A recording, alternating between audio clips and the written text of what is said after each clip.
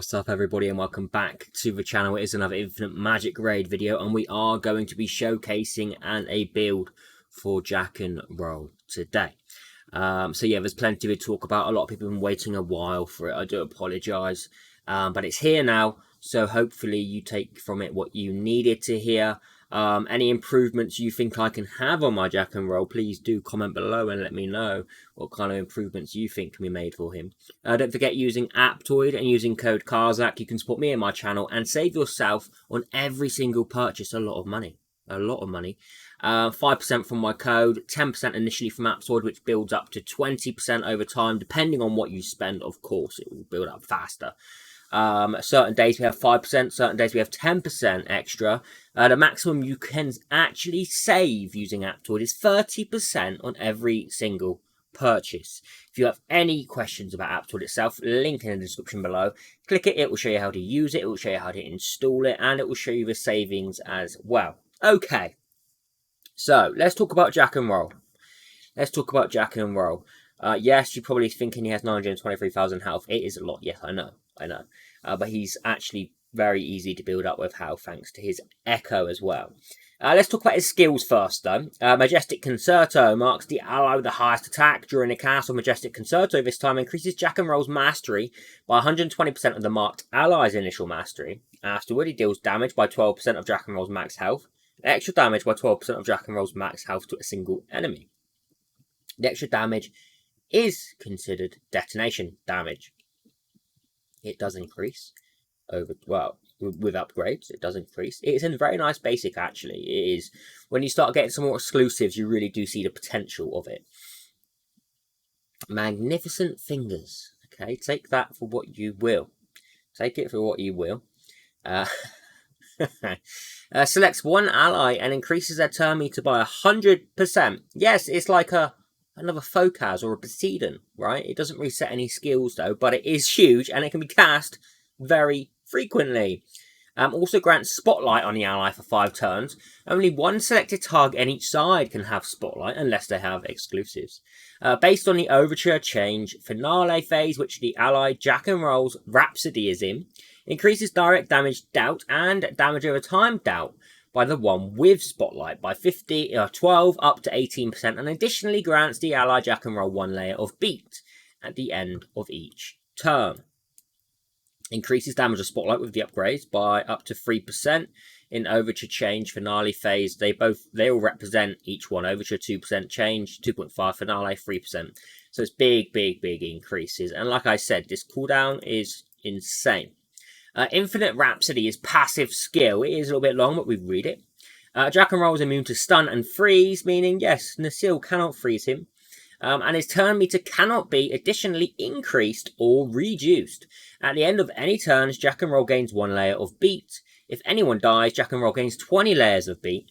When a battle starts, Jack and Roll begins the overture of his Rhapsody, and Change Finale will begin as 100 or 200 layers of Beat are stacked.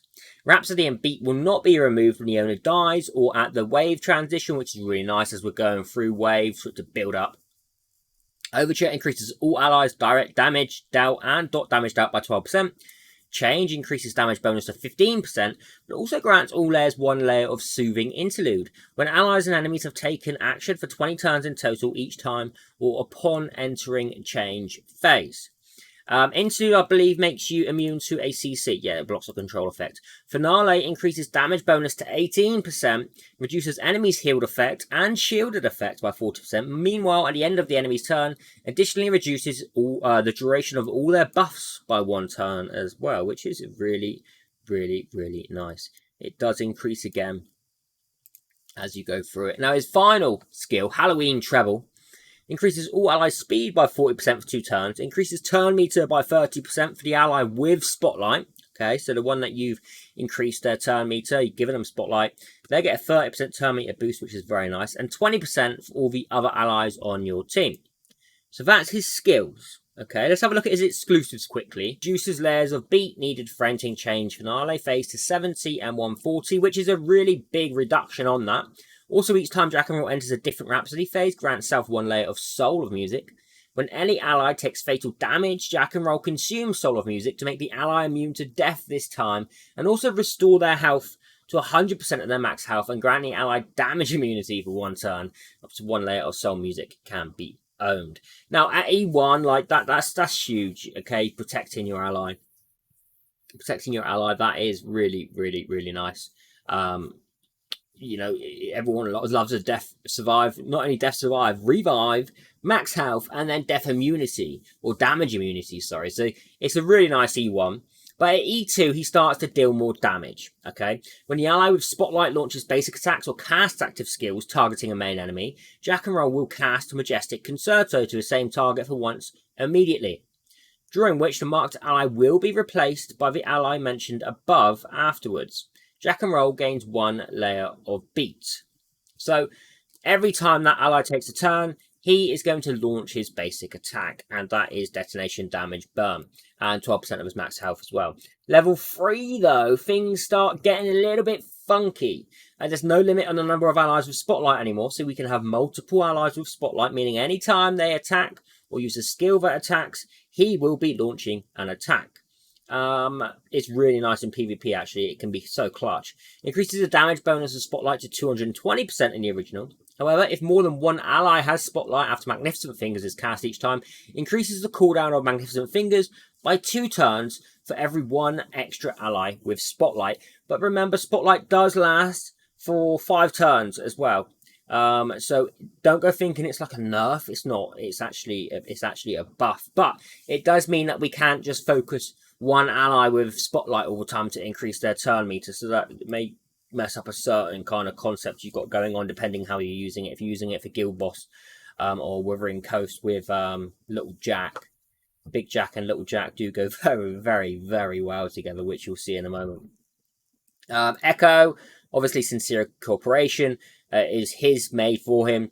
Health rate increase. It's only level 25 at the moment. Shame I don't have more of these. This is it's a great Echo for him. It really is. But anything that's boosting his health is really, really vital. You do want to have him as much health as you can, just for that protection, and also a little bit more damage from your Majestic Concerto. Aura. I'm currently split between Speedmark Aura. I would prefer to use Speedmark Aura in PvP. Or Arena Dominator Aura for the speed increase. So either that or that. Just because he can't get turn meter boost, and it's quite important that he does go when you need him to go. Yeah, because it's a huge buff to your team. And Skillmaster Aura, I've kind of lent to for PvE. He does use active skills a lot. Well, very, very, very often, and all allies gain damage surge, increasing damage dealt by. So, Skillmaster Aura is a huge one for him, in my opinion, because he does use, 1 turn cooldown on an active skill. Come on. Like, using that is insane. It really is. Other than that, I mean, you could go for, what's the other one? Which is the master. You could go for Mastery Surge Aura as well. This would work very, very well. That's after an active skill as well, so that will boost up very nicely for you. That one is an epic. That's much more easily accessible for a lot of you. Emblems that I currently have on him. He isn't on a damage build of any type. He is on a defense build currently, with max health, obviously, to boost that health of his. Some defense here. And then he's on support as well. Probably, I'm actually tempted, because he can't have his turn meter reduced anyway. So this one's wasted, okay? This is wasted, hard survival, because it doesn't happen to him anyway. I'm actually tempted to switch this support to attack. And it probably would be better. It's the normal kind of attack you would use for a direct damage kind of hero. Himself was damaged out. Yeah, I mean, I think that would be a much more viable option, actually. Well, it doesn't do a huge amount of damage, but that's going to do a lot more than the support side of it with health, damage taken. Also, this is wasted. Meditate. Support is just wasted on him. I don't even know why I have it done like this. Because there's nothing that is like this. Even Magic Touch is pointless. Actually, I mean, this as well. Yeah, this is all pointless. You know what? You know what? We are going to quickly do it now. We are going to take effect resistance. We are going to take healed effect or damage reflect. We'll take healed effect. Effect resistance again. Control resistance. Even though he buffs, he probably won't need that much. But you know, he's immune to stun and freeze. However, silence he isn't, so that may be useful for you. This one will help as well. So what we're going to use for our attack, we will go for attack rate. We'll go for attack rate. We'll go for self damage is full damage dealt. Direct damage dealt. Self as a buff, damage dealt. Also, see, he does have detonation damage, doesn't he? So it's the dot damage as well.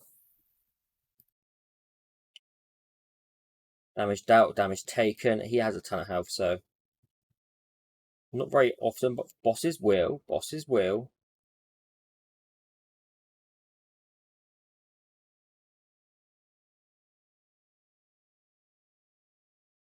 And I think,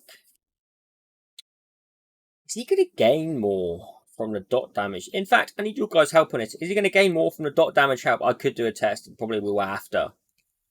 But for now, we're going to leave it as is. Yeah. I think it will be dot damaged out, not the way I've done it. Max health as well. We have 600 left. What's the final one here? What one is here? Yeah, see, I've put direct damage, but I think I should be switching it to dot. Because he is based off mastery, it is burn, so it is going to be damage over time, and it is considered detonation damage. So yes, it would be dot. It isn't going to be anything to do with direct damage, is it? So I've made a mistake there. So just switch those direct damage to dot, okay? And you'll be fine. Okay, so that wasn't very helpful, but you know what I'm saying, okay? So equipment and artifact. Now we've covered echoes, we've covered emblem, we've covered aura, we've covered exclusives, covered his skills. Let's go to equipment and artifact a moment. Now, obviously, he does have, like they say, recommended health and speed, which is fair enough. It's fair enough. That's his main thing. That is his main thing. However, like if we consider his burn damage, if you're going like way ahead and not too bothered about just health, you could potentially say, okay, well, I want more mastery and attack as well, because that is going to increase his burn damage. That is going to increase that. However, like we're really clutching at straws now. That would be late kind of game player deciding that if that's going to boost them in PvP or as such, you know. So speed and health is essential. You want to get as much speed as you can. That is huge because he doesn't gain turn meter boost. So bear that in mind, okay? So we can't boost him with space, for instance. Health as well. Well, this needs to be huge, okay? Even for his echo to be in place. And the best set for it is feather, because that is health and speed. That makes it very, a lot easier. I would focus for health rate, speed rolls. I mean, it's very simple, isn't it? I would, like, ideally, health rate, speed, attack rate, mastery, probably, in an ideal world. We have affect it here. We have health rate here. Again, he isn't, affect it is kind of wasted on him, isn't it? Why have I gone for affect it? Because he's not landing. He's doing destination damage. What is wrong with me? What is wrong with me? And this is why doing build videos is important, because you know what? Let's just see quickly together. Let's just see quickly together. Let's go for health rate, speed. I don't want affect it. I don't want it. Where? Oh, for goodness sake! This is probably why, because I don't think I have any feather pieces with health rate and speed. They're probably all equipped. Yeah, they are all equipped. I mean, the weapon did, but it had affect it on it as well. This is why I've done it, because I haven't got the feather pieces for it. I might unequip Elena, actually.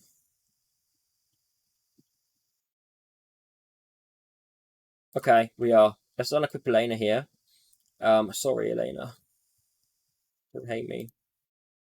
Don't hate me. You can have. Don't hate me. And then what's the ring like on him? Health rate, speed. Yeah, that was fine. The boots is what we need to check after, because the weapon I can't get any better at the moment. It's the best I have. This is terrible. But yeah, your main focus is health rate and speed, obviously. So let's remove speed. Let's put on speed there and see what boots we can put on him. What has Hoff got on here?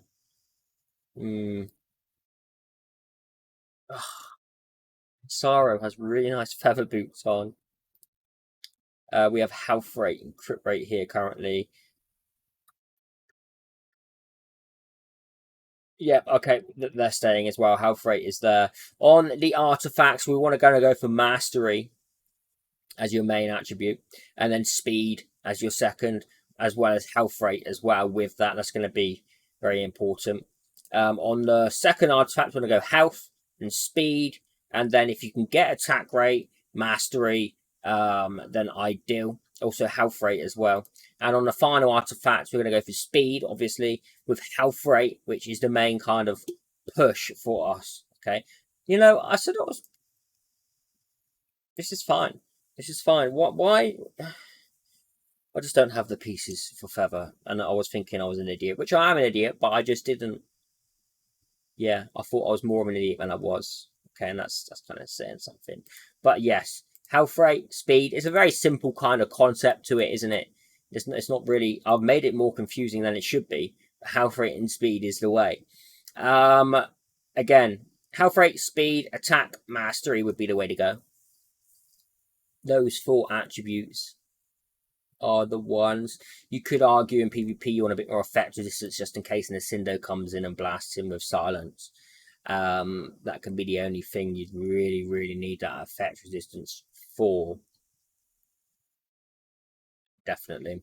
His stats are pretty high, 919,000, 2,365 speed, 85% mastery, 33k attack, which is a little bit low. I would like it to be a bit more. I'd feel more comfortable with this around 40k, but he isn't dealing a huge amount. Okay, he isn't dealing a huge amount, and we will start to show that now. So we are going to move into the showcase. I know I've been rambling on. And first up, we will go straight to Guild Boss. Okay, we'll go straight to Guild Boss because you may have seen it already. It has been floating around. This team here is used on Wuthering Coast as well, but Wuthering Coast you will want to use it on manual just because of the way it works with Little Jack. But the way that we're working this is Jack and Roll. I like to run it with the instant turn on Halloween Treble, just for that turn meter boost and speed up for our allies. And then I prefer him to use Magnificent Fingers as often as possible. Because triggering Little Jack to go straight away, or whoever he's using, even if it's Rista, he's still going to be taking more attacks as well. So Magnificent Fingers to be on one for me is ideal. As you can see, I do have Skill Master Aura set up. Esther, we trigger her with Dedicated Spirit. Lydia, we trigger her with Fresh Summer. Rista, we put an Unbreakable Pact. And then Ball Lightning and Lightning Guidance, they can both be unmarked. Ball Lightning is still nice damage. With this team, if it was a full direct damage hero, say if it was with Lucifer, I would potentially bring in someone dealing defense down and turn off Ball Lightning. But Little Jack, we just want to trigger Trick and Treat as much as possible. This is his big damage. So yes, my Little Jack's stats aren't amazing. They're pretty good. Attack is nearly 54k, and Mastery is 191%. So he's not optimal, and he only does have Mastery Expert Aura on. He doesn't have one increasing his attack as well. So if we just have a look at this, if we click skip, this team will probably do it in 6 turns. So there we go. But as you can see, he only does 26 million in here. It's only 6 turns though, but 412 million from Little Jack. Thanks to let's just watch it quickly. Let's just watch it quickly. Start on auto, and we can see how it's working. Obviously, Lydia boosting our allies' attack plus 40%. Rista will do the same as well. And we just let's see how many turns Little Jack is going to get, just because we're boosting in with Esther, boosting that turn meter with it. Then Jack and Roll is also boosting him with his showcase. And he's just triggering him to attack so often. I mean, if you look how many attacks he does do, it's insane. It is insane. It's the turn booster, and he's triggering that skill 4 so frequently.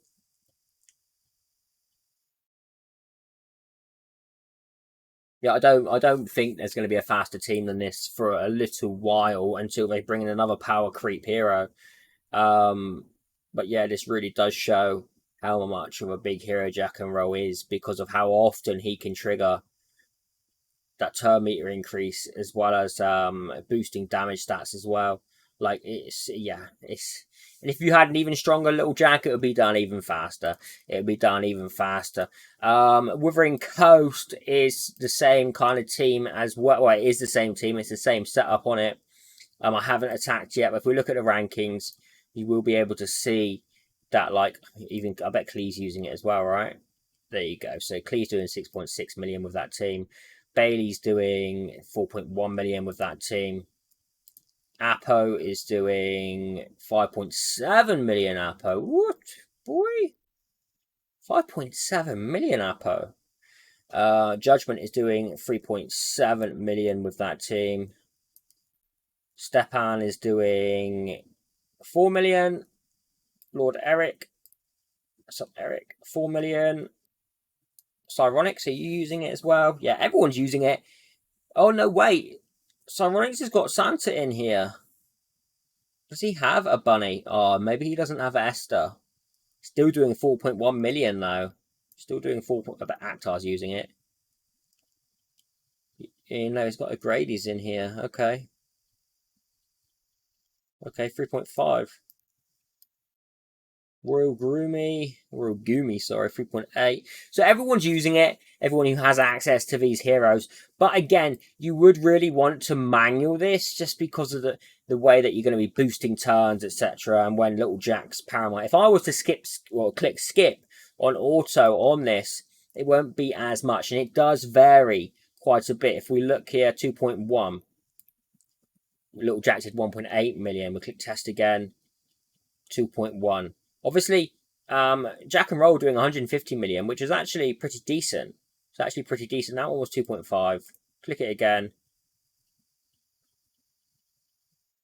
155, 1833. So it does vary a lot. It fluctuates just the way. So the AI is using the skills. It's using the skills. So you would really want to manual Wuthering Coast if you want to deal more damage. Let's have a look though at PvP quickly, and I'm sure that there's plenty of dungeon teams as well for it. In fact, let's just go through Nahir quickly. Let's try stage 38 with it. Let's try stage 38. I'm gonna bring in Lydia, Rista, Jack and Roll, Little Jack, and Nordak, and just to see. I haven't pushed it enough. I haven't pushed any of my dungeons. I've been so slack. So slack. So slack. Okay, let's try and stun. Why did I try and stun when Pauline's going to cleanse? Let's boost his turn meter. And you have a lot of control at how you can use him. And now, obviously, that you're going to see how nice it is to have that spotlight on. So Jack and Roll can use his abilities as well in this. Friggin' freeze. Cindo. So let's trigger it on Lydia as she goes quite often. Also, Rista benefits a lot from it. We trigger that. So that join up is very nice. Beats are building up. I need to kill this Pauline, but that Melia as well. So he's triggering it again. It will trigger whoever you target on with, even if it's an AoE skill. Okay, we should kill. Ooh, close. Goodness me, we got wrecked.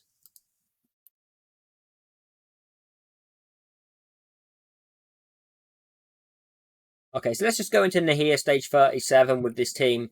It should work very nice, and you'll be able to see how Jack and Roll uses his abilities as well. We are going to put on our Overture, so our skill 4 on Lydia, so that we can steal these buffs that Pauline's going to bring out. We will do a straight up attack on a Cindo because we don't want to see seeing.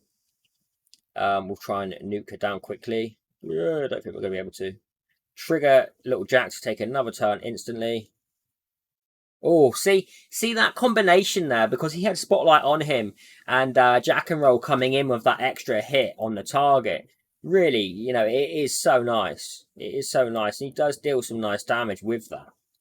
Let's trigger it onto Lydia, and then we can be doing it with that as well. Let's reduce the turn meter there. I think it was, what is that, 2.4 million burn damage there.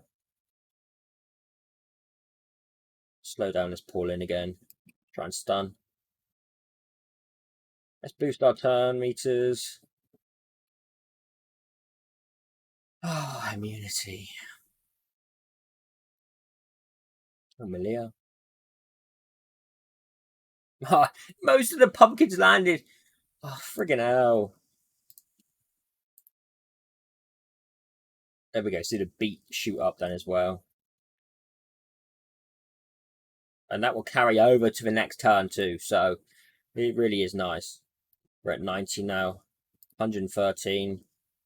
134. And now we can slowly target down this Pauline. Not using any skills. Okay. So we're into the second wave here. And we're probably going to go for attack boost this time. And skill reduction, put on damage, immunity, etc. Let's try and stun. Okay, not bad, not bad. Who's our AoE? See that damage there. Let's boost Little Jack again. We just use his basic this time. I don't want to get to the boss and be out of skills. Try and get Lydia to trigger her skill reduction.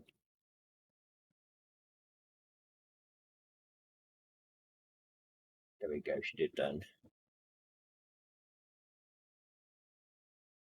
Oh, look at that, 5.9 million burn damage from Jack and Roll.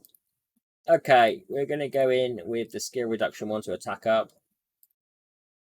We didn't have damage immunity. That is not good. We could get nuked here, actually. It's very possible. Oh! Poor Rista! I said it would happen because we didn't have our immunity up. It's up now. It's a bit late. Jeez. It's a little bit late, but now we can start dealing some damage. We're going to keep boosting Little Jack.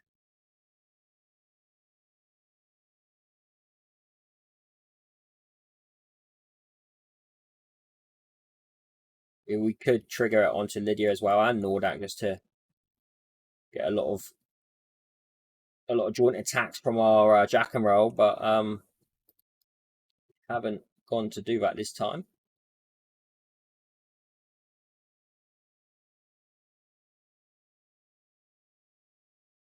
Takes a ton of damage out there, doesn't he? Be interesting actually to see the damage that he's done here, Jack and Roll. Let's start boosting up our others actually because it's more joint attacks.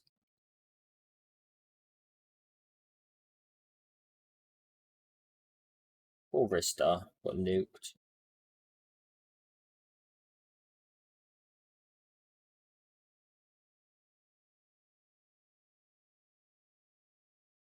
And then we'll trigger Nordak as well, why not? Actually, that was perfect to bring in Nordak because it meant we could shield up damage immunity from him. And let's see what damage is done at the end of this.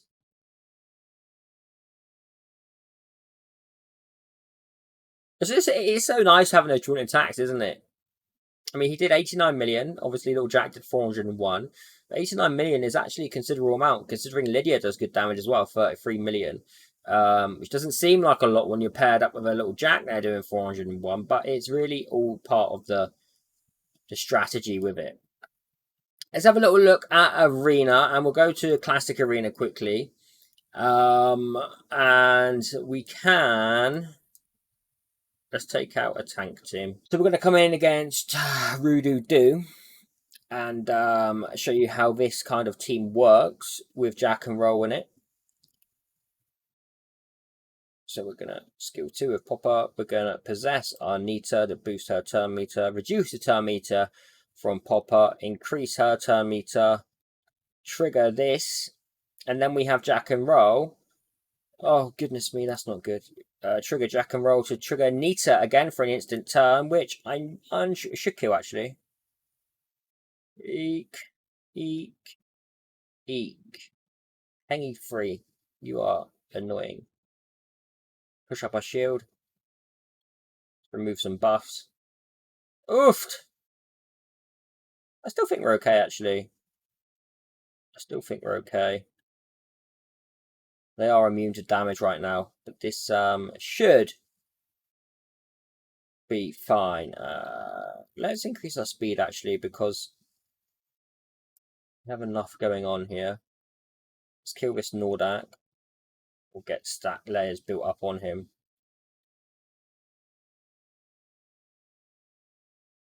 Another turn for Nita.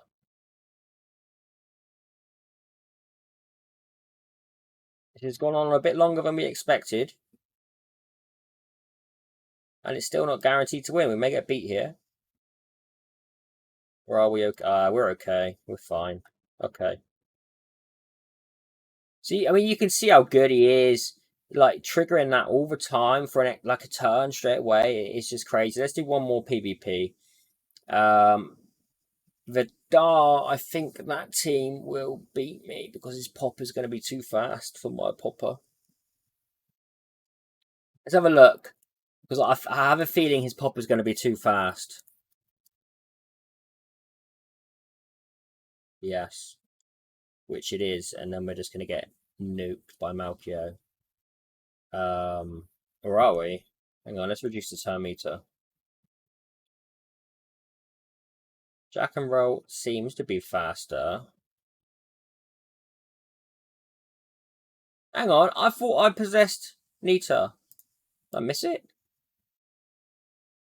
He does have buff resistance, debuff resistance on, so it's not going to work anyway. And then Malky is going to come in and nuke like that. But you can see the kind of concept behind it. You can see the kind of concept behind it. Let's Nita, Popper, Lucifer, Pauline, Brynhild. Another nasty team. Another nasty team.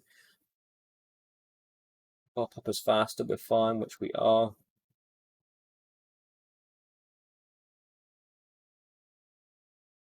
As you can see, Nita's going to come in. Oh, no, she's not, because this Pauline is just too fast. Thankfully, though, he didn't buff block, because he hasn't got the exclusive, which is a shame for him. That's how important they are.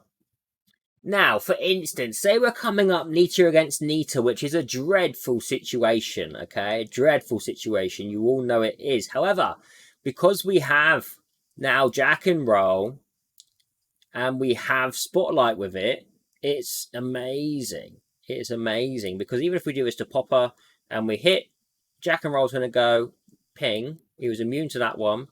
But the damage he does is enough to help you kill that Nita. It's enough to help you kill that Nita. So this was a bit of a messy showcase. I'm not going to lie. Things haven't been completely smooth. So I do apologise for that. But I do feel like sometimes when it's like that, it does make a more authentic video. And I'm not afraid to make myself look a bit of a plonker at times, which we all know. Okay, we all know this, okay? And some of you do like it that I'm more authentic and I leave things in that make me look a bit silly because you can relate to it, because we're all human, okay? We're all human. No one's friggin' perfect, okay? You can be as sweaty or elitist as you like. You still need to make mistakes to get to that point. So I'll see all of you in the next video. Have a fantastic day, even wherever you are. Goodbye.